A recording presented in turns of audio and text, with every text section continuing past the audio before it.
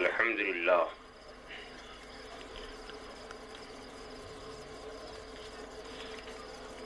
الحمد لله الذي يبدع الأفلاك بالأقدير،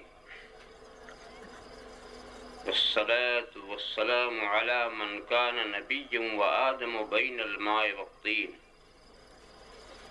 وعلى آله وأصحابه أجمعين برحمتك يا أرحم الراحمين. أما بعد، أعوذ بالله من الشيطان الرجيم. بسم الله الرحمن الرحيم. إنا أعطيناك الكوثر فصل لربك وانحر إن شانئك هو الأبتر.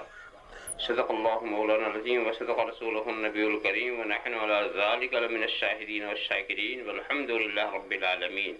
بارك الله لنا ولكم في القرآن العظيم، ونفعنا إياكم بالآيات والذكر الحكيم، إنه تعالى جواد كريم ملك بر رؤوف رحيم. من علينا ربنا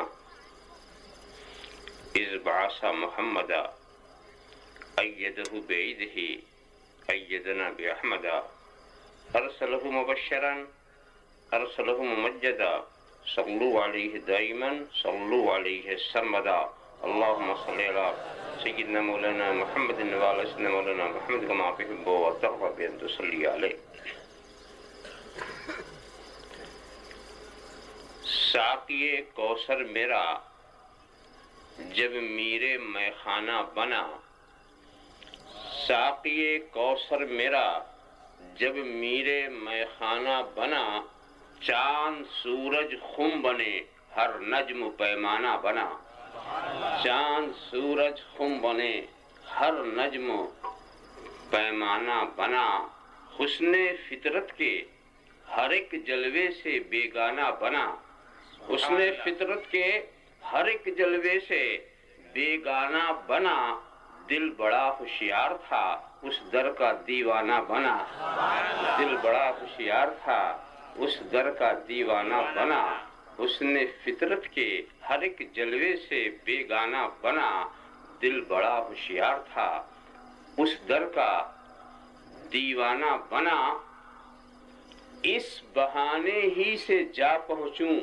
لبے اعجاز تک، اس بہانے ہی سے جا پہنچوں لبے اعجاز تک، یا الہی خاک کر کے مجھ کو پیمانہ بنا، یا الہی خاک کر کے مجھ کو پیمانہ بنا، اس بہانے ہی سے جا پہنچوں لبے اعجاز تک، یا الہی خاک کر کے مجھ کو پیمانہ بنا۔ میرے دل میں حب احمد کے ہیں گل بوٹے کھلے، میرے دل میں حب احمد کے ہیں گل بوٹے کھلے، اب اسے کعبہ سمجھ وائز کی بت خانہ بنا، اب اسے کعبہ سمجھ وائز کی بت خانہ بنا، میرے دل میں حب احمد کے ہیں گل بوٹے کھلے، اب اسے کعبہ سمجھ وائز کی بت خانہ بنا، چاند کی رفت کو چھو لینا کہاں کی عقل ہے،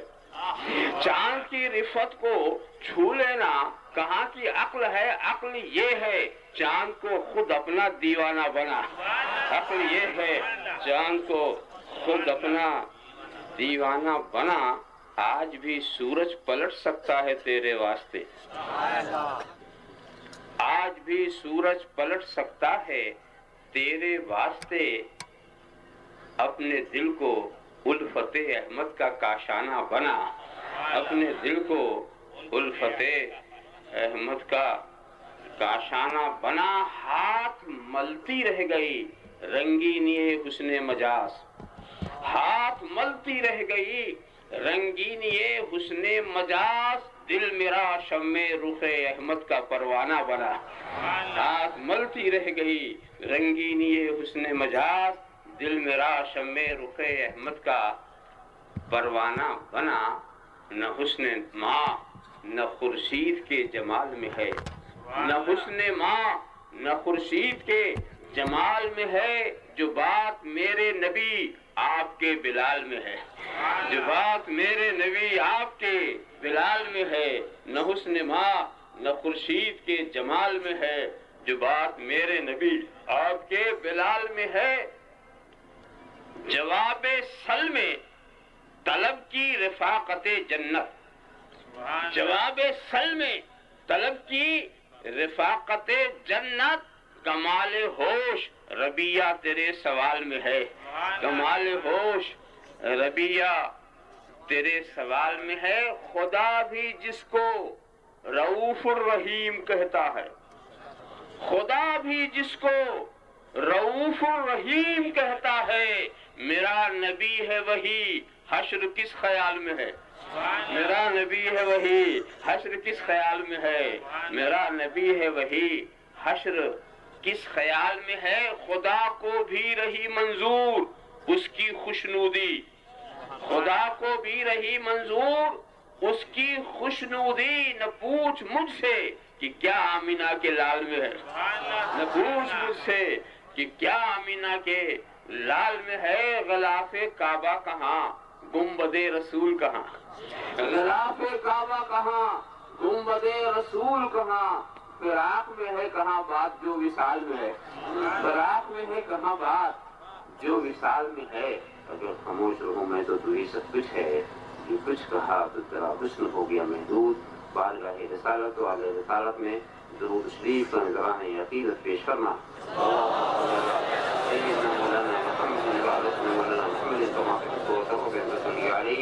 ایک بار اور حدیث صلاۃ پیش فرما دیں.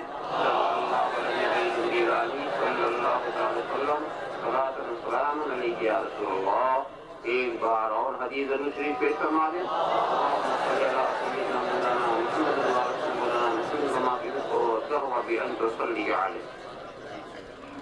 اس کے نام کی اجالے بھی جس کے ہیں اندھیرے بھی اسی کے. تو جس طرح اجالوں کو آنے کا حق ہے اندھیروں کو بھی آنے کا حق ہے.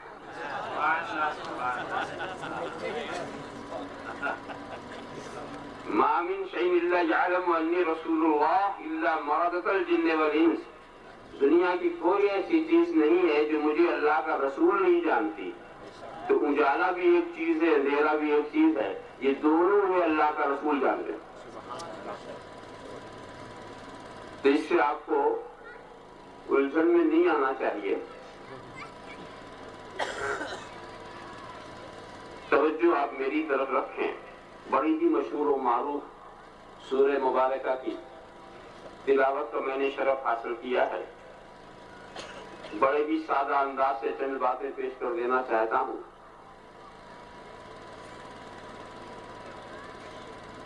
اے محبوب ہم نے تجھے کوثر دے دیا. نہایت ہی آسان ترجمہ میں نے آپ کے سامنے پیش کر دیا.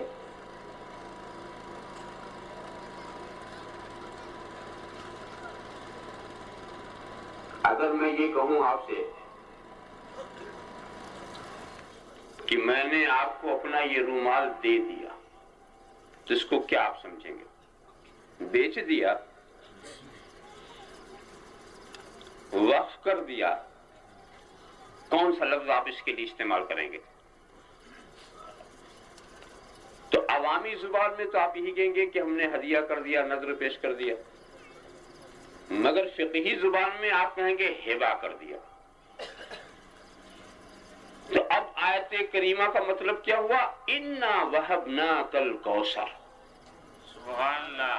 اے محبوب ہم نے تجھے کوثر ہبہ کر دیا. سبحان اللہ. اب جب میں کوئی چیز آپ کو ہبہ کر دوں اور آپ اس پر قابض ہو جائیں تو آپ اس کے مالک ہوں گے کہ نہیں؟ میں نے آپ کو دیا، آپ نے لے لیا، تو آپ مالک ہوئے کہ نہیں؟ تو اب آیت کریمہ کا حاصل مراد کیا ہوا؟ انا ملکناک الکوثر. اے محبوب ہم نے تجھے کوثر کا مالک بنا دیا. اب جب میں نے آپ کو اپنے رومال کا مالک بنا دیا تو مالک بنانے کا مطلب کیا ہے؟ کیا آپ اس پر تصرف نہ کر سکے؟ کیا مالک بنانے کا مطلب یہ ہے کہ ہاتھ لگا نہ سکے؟ آپ مالک ہیں مگر ہاتھ نہ لگائیے گا. آپ مالک ہیں مگر کوئی اختیار نہیں. تو ملکیت کے بعد تو اختیار ثابت. تو آپ مالک تو یہ رومال کے جب آپ مالک ہوئے تو اب جس کو اس رومال کی ضرورت ہے، جسے نہیں ہے اس کا ذکر نہیں، مگر جس کو اس رومال کی ضرورت ہے اسے آپ سے رابطہ پیدا کرنا ہوگا، اس کو آپ کی بارگاہ میں جانا پڑے گا، آپ کو راضی کرنا پڑے گا اور آپ کا محتاج ہونا پڑے گا، آپ کی اسے ضرورت ہوگی۔ اور جسے رومال نہیں چاہیے اس کی بات ہی کچھ نہیں۔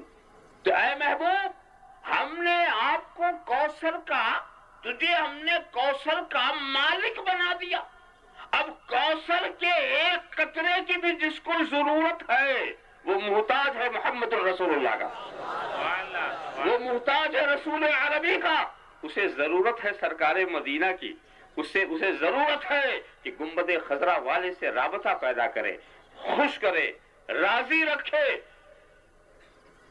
اور ایک بات اور بھی بتا دوں سیدھے سیدھے کہ کوثر کا پانی صرف جنتیوں کو ملے گا، غیر جنتی کا مقدر کوثر نہیں۔ تو جب صرف جنتیوں کو ملے گا تو اب جنتیوں کی پہچان سن لو۔ اگر اس دنیا میں تم کسی جنتی کو دیکھنا چاہتے ہو تو دیکھو وہ کون ہے جو ایمان کے ساتھ رسول کا محتاج اپنے کو بتا رہا ہے، جو رسول کی ضرورت، رسول کو محتاج، رسول کو مالک اور اپنے کو رسول کا ضرورت مند بتا رہا ہے، وہی ہے جو جنتی۔ سبحان اللہ، سبحان اللہ، سبحان اللہ۔ اے محبوب، ہم نے تجھے کوثر کا مالک، ویسے تو علماء جو کوثر کی تعریف کرتے ہیں اسی کی روشنی میں ایک بات میں نے رکھ دی کہ کوثر سے مراد حوض کوثر یا نہر کوثر، اور کچھ لوگ اور بھی باتیں کہتے ہیں، کوثر سے مراد اولاد، کوثر سے مراد معجزات، کوثر سے مراد نبی کے کمالات، کوثر سے مراد نبی کی امت، کوثر سے مراد قرآن حکیم، کوثر سے مراد اسلام، کوثر سے مراد دین۔ بہت ساری تفسیریں ہیں، مگر مجھے سب سے اچھی بات یہ لگتی ہے کہ کوثر سے مراد کوثر، سبحان اللہ، کوثر سے مراد، ارے کوثر بھی تو ایک عربی لفظ ہے نا، اس کا بھی تو کوئی معنی ہے، تو قاموس میں اس کا معنی بتایا کثیر من کل شیء، ہر چیز کی کثرت کا نام کوثر، سبحان اللہ، یہ مبالغے کا صیغہ ہے، ہر چیز کی کثرت کا نام کوثر۔ تو اے محبوب، ہم نے تجھے کثرت کا مالک بنا دیا، ہم نے تجھے کوثر کا مالک بنا دیا۔ پھر کہیں آپ یہ نہ کہیں یہ کوثر کا مالک، ہر چیز کی کثرت کوثر۔ مثال کے طور پر علم کی کثرت کو کوثر علم کہیں گے، عمل کی کثرت کو کوثر عمل کہیں گے، حسن و جمال کی کثرت کو کوثر حسن و جمال کہیں گے، فضل و کمال کی کثرت کو کوثر فضل و کمال کہیں گے، جود و نوال کی کثرت کو کوثر جود و نوال کہیں گے، جاہ و جلال کی کثرت کو کوثر جاہ و جلال کہیں گے۔ ہر چیز کی کثرت کوثر، ہر چیز کی کثرت کوثر۔ تو محبوب کو کس چیز کا کوثر دیا گیا؟ کوثر تو دیا گیا، مگر کس چیز کا کوثر دیا گیا؟ تو جواب ملے گا، اے نادان، اگر میں کسی ایک چیز کا کوثر دیتا تو اس کا میں ذکر کر سکتا تھا۔ مثال کے طور پر اگر میں صرف عمل کا میں نے کوثر دیا ہوتا تو میں یہ کہہ سکتا تھا اِنَّا أَعْطَيْنَاكَ كَوْثَرَ الْعَمَلِ، اے محبوب ہم نے تجھے عمل کا کوثر دے دیا۔ اگر میں نے تجھے صرف علم کا کوثر دیا ہوتا تو میں یہ کہہ سکتا تھا اِنَّا أَعْطَيْنَاكَ كَوْثَرَ الْعِلْمِ۔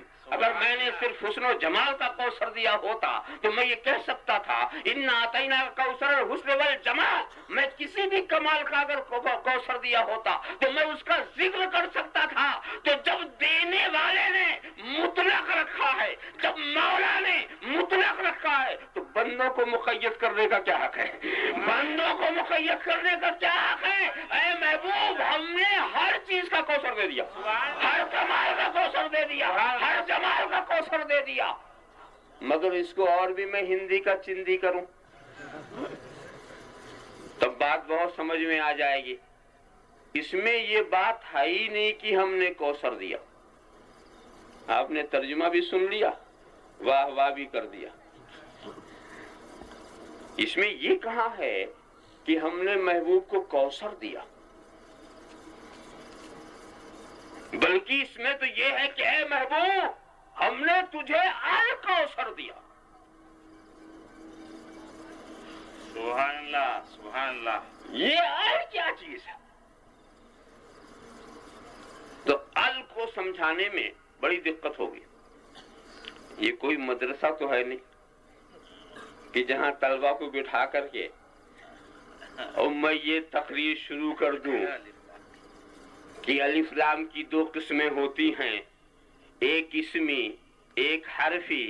اسمی جو ہے وہ الذی کے معنی میں ہوتا ہے، جیسے الضارب الذی ضربا، المضروب الذی ضربا، اور جو حرفی ہوتا ہے اس کے مدخول سے اگر ماہیت شے مراد ہو یا افراد مراد ہوں گے۔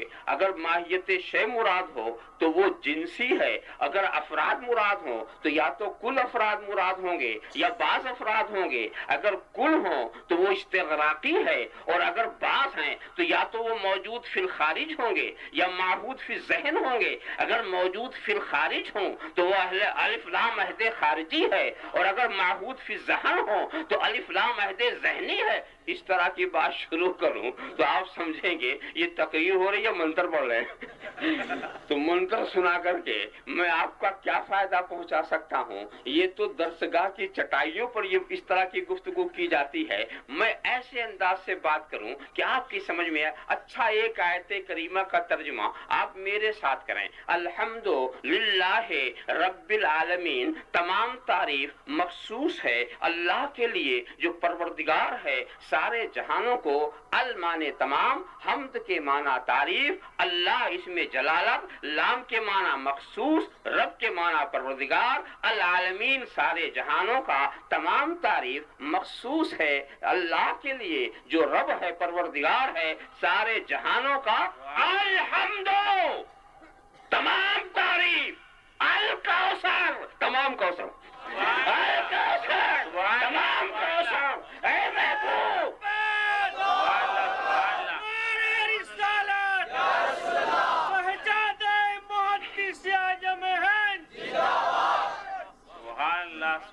تمام کوثر کا مالک بنا دیا۔ اب جب مالک بن گئے تو اب کوئی کمال مل ہی نہیں سکتا جب تک ان سے رابطہ نہ ہو۔ مالک تو وہی ہے، علم کے مالک وہی، عمل کے مالک وہی۔ کہیں آپ یہ نہ کہیں کہ جناب ان سے کٹ کے بھی لوگ علم والے ہوئے ہیں، ان سے ہٹ کے بھی لوگ علم والے ہوئے ہیں۔ یہ بقرات و سقراط، یہ جالینوس افلاطون کے جو قصے آپ پڑھ رہے ہیں، آگے چلیے، یہ ارسطو، یہ ابن رشد، یہ دیمقراطیس، یہ فیثاغورس، یہ سب تو علم والے ہی تو تھے، یہ کٹ کر کے علم والے ہی تو ہوئے۔ ارے آپ کس چیز کو علم کہتے ہیں؟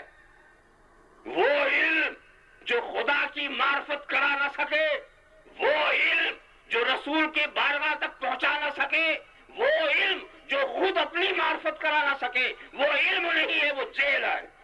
جو جہل ہے، جہالت ہے، جس نے خدا سے بھی دور کر دیا، رسولوں سے بھی دور کر دیا، تو اس کا نام علم مت رکھو۔ میں اس علم کی بات کر رہا ہوں جو دل کو بھی روشن کر دے، دماغ کو بھی روشن کر دے، دنیا کو بھی روشن کر دے، آخرت کو بھی روشن کر دے۔ ویسے تو سڑک چھاپ علم والے بہت ملیں گے، مگر روشنی والے کچھ کم ہی ہیں۔ اللہم صلی علی سیدنا مولانا محمد کما تحب و ترضی بین تصلی علیہ۔ تو کمال لینا ہے، مفید کمال لینا ہے تو مالک تو وہ ہے جناب محمد الرسول اللہ۔ یہ اور بات ہے، ان کو جب سب نعمتوں کا مالک بنایا تو سارے عالم کے لیے رحمت بھی بنا دیا تاکہ غیر بھی کچھ فائدہ اٹھا سکے، غیر بھی کچھ فائدہ اٹھا سکے۔ رب نے اپنے کو رب العالمین کہا اور انہیں رحمت للعالمین کہا۔ اب جس کو ربوبیت کا فیض مل رہا ہے اسے رحمت کا صدقہ بھی مل رہا ہے، اسے رحمت کا صدقہ مل رہا ہے، ورنہ دردی یہ رسول کی ہے، یہ زمین کا فرش بچھایا گیا رسول کے لیے، یہ آسمان کا شامیانہ لگایا گیا رسول کے لیے۔ لولاک لما خلقت الافلاق لولاک لما خلقت الدنیا، اے محبوب اگر تجھے پیدا کرنا نہ ہوتا تو میں زمین کا فرش نہ بچھاتا، اگر تجھے پیدا کرنا نہ ہوتا تو میں آسمان کا شامیانہ نہ لگاتا، اگر تجھے پیدا کرنا نہ ہوتا تو میں چاند و سورج کے چراغ نہ جلاتا، اگر تجھے پیدا کرنا نہ ہوتا نہ میں ستاروں کی قندیلیں روشن نہ کرتا، اگر تجھے پیدا کرنا نہ ہوتا تو یہ آبشار کے نغمے نہ ہوتے، یہ دریا کی روانی نہ ہوتی، یہ پھولوں کی مہک نہیں ہوتی۔ اسی لیے میں کہا کرتا ہوں اکثر و بیشتر، یہ زمین بھی میلاد والی ہے، یہ آسمان بھی میلاد والا ہے، یہ چاند و سورج بھی میلاد والے ہیں، تو جس کو رسول کی میلاد سے اختلاف ہو کم سے کم یہ میلاد والی زمین تو چھوڑ دے، اس میلاد والے آسمان کے باہر چلا جائے، اس میلاد والے مگر کیا کیجئے یہ اس کی میلاد ہے جو ان کے لیے بھی رحمت ہے۔ اللہم صلی علی سیدنا مولانا محمد کما تحب و ترضی ان تصلی علیہ۔ تو ایسے کو مالک بنایا جو دوسروں کو بھی دے، گالی دینے والوں کو بھی اپنی رحمت کا صدقہ دے دے، راہ میں کانٹے جس نے بچھائے، گالی دی پتھر برسائے، اس پر چھڑکی پیار کی شبنم صلی اللہ علیہ وسلم۔ بس اے محبوب ہم نے سب کچھ کا مالک بنا دیا، بات ختم ہو گئی، خدا نے بنا دیا، محبوب بن گئے، اب آگے کچھ نہ سننا نہ کہنا، اس نے بنا دیا بن گئے۔ مگر یہ زمانہ جو ہے اب ہر چیز کی لاجک چاہتا ہے، سائنٹیفک طور سے سمجھنا چاہتا۔ یہ تو رہا دعویٰ کہ خدا نے مالک بنا دیا، مگر اس کو اچھی طرح سے، جیسے کہ ہم کہتے ہیں نا ہندی کا چندی، اردو کا سردو، ہمارے استاد بتایا کرتے تھے کہ تمہارے مخاطب جو ہوں گے وہ 3 قسم کے ہوں گے۔ ایک تو وہ بہت ذہین ہوتے ہیں، ان کا دماغ بانس کی طرح ہوتا، بانس کو آپ پھاڑیے، ایک گرہ کھلی تو دوسری گرہ تک خود ہی پھٹتا چلا جاتا، ذرا سے اشارے ہی سے۔ وہ سمجھدار لوگ ہوتے ہیں، اشارہ کرو تو سمجھ لیتے ہیں کہ بات کہاں جا رہی ہے۔ اور کہا کچھ لوگوں کا دماغ چمڑے کی طرح ہوتا ہے، اس میں جب سوئی ڈالو تو جتنی سوئی گئی بس اتنا ہی سوراخ، نہ کم ہوتا نہ زیادہ ہوتا۔ تو یہ چمڑے والے غنیمت ہیں، کم سے کم اتنا تو سمجھ لیتے ہیں۔ اور کہتے ہیں کچھ لوگ کمبل کی طرح ہوتے ہیں، ان میں سوئی ڈالو تو جب تک سوئی اندر ہے سوراخ ہے، نکال لو تو برابر۔ تو کمبل والوں کے لیے مثال دینی پڑتی ہے، زیادہ خیال انہی کا رکھنا پڑتا ہے، ایسا نہ ہو کہ اڑ کے جائیں تو جھاڑ کے چلے جائیں کہ کچھ لے کے نہیں جانا۔ اب چند باتیں دیکھنی اس دعوے کو، کیا خدا سب کچھ کا مالک بنانے کی قدرت رکھتا ہے؟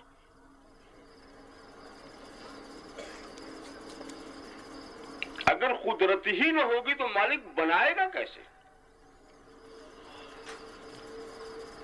دوسری بات کیا دیکھنی، کیا نبی سب کچھ کے مالک بننے کی صلاحیت رکھتے ہیں؟ سبحان اللہ۔ ایسا تو ہو سکتا ہے کہ خدا قدرت رکھے لینے والا صلاحیت نہ رکھے۔ سمندر لاکھوں ٹن پانی آپ کو دے سکتا، مگر ایک کوزہ لے کے آپ جائیں گے تو کتنا لائیں گے؟ جب آپ کا ظرف ہی نہیں چھوٹا ہے تو سمندر کا کیا قصور؟ دیکھا آپ نے؟ تو صلاحیت بھی دیکھنی ہے، قدرت بھی۔ آپ نے سنا ہوگا ایک مرتبہ سکندر کو جوش آ گیا اور اس نے کہا مانگ لو، تو ایک صاحب کھڑے ہو گئے، اے سکندر مجھے ایک چونی چاہیے۔ بہت ہنسا وہ، بے وقوف، تجھے مانگنے کا بھی طریقہ نہیں معلوم، سکندر اعظم سے چونی مانگتا، مانگنے کو ڈھنگ نہیں، چونی مانگتا۔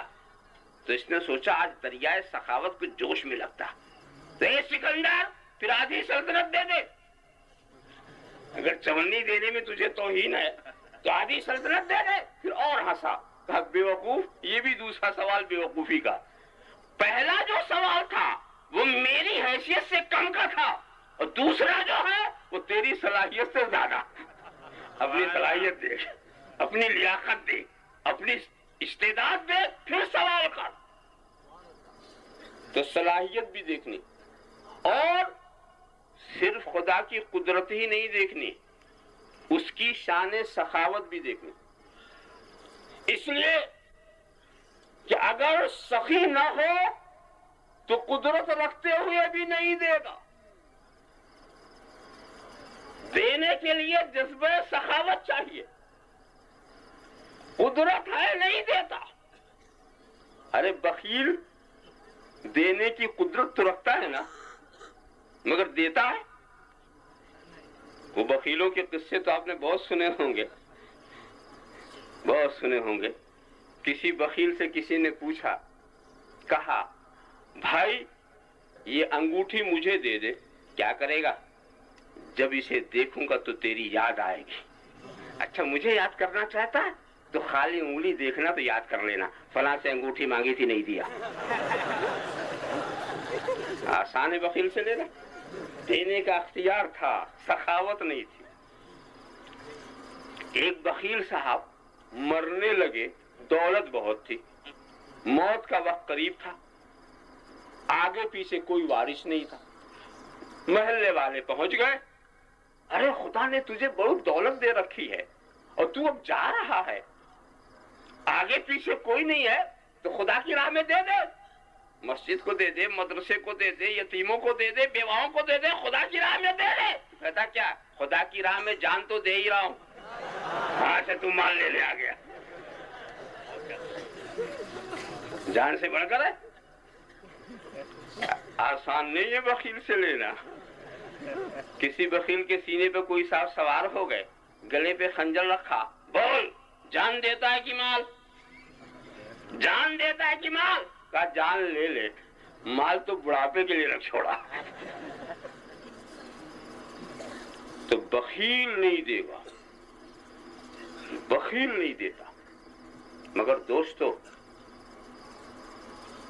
ہم جس ذات کے بارے میں اظہار خیال کرنا چاہتے ہیں وہ ایسی ذات ہے جس کے لیے سخی کا لفظ بھی مناسب نہیں۔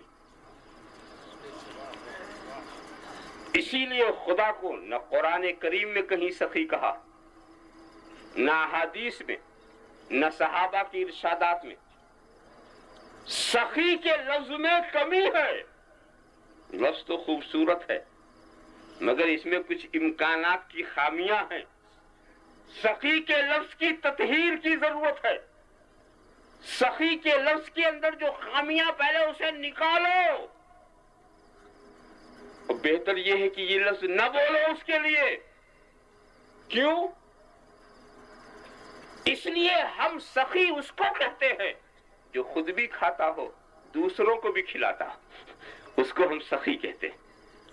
اور جو خود تو کھاتا ہو، دوسروں کو نہ کھلاتا ہو، اسے ہمارے ہاں کنجوس کہتے ہیں، اسے بخیل کہتے ہیں، ہمارے ہاں اس کو کنجوس کہتے ہیں۔ اور جو نہ خود کھاتا ہو نہ کسی کو کھلاتا ہو، ایسے کو مکھی چوس کہتے ہیں۔ تو سخی تو وہ ہے جو خود کھائے دوسروں کو کھلائے۔ تو اس خدا کے لیے یہ لفظ کیسے موضوع ہو سکتا ہے جو ساری کائنات کو کھلا پلا رہا ہے مگر خود کھانے پینے سے پاک ہے؟ خود کھانے پینے سے پاک ہے تو اس کو کیسے سخی کہا جائے؟ اسی لیے وہ جواد ہے، وہ کریم ہے۔ وہ جواد ہے، وہ کریم ہے، کھانے پینے سے پاک ہے، سب کو کھلا رہا ہے، اور اس کا محبوب اس جواد کی جوادیت کا مظہر کامل ہے، پیٹ پر پتھر باندھے ہوئے ہے، کائنات کو کھلا رہا ہے۔ اللہم صلی علی سیدنا مولانا محمد کما تحب و ترضی بان تصلی علیہ۔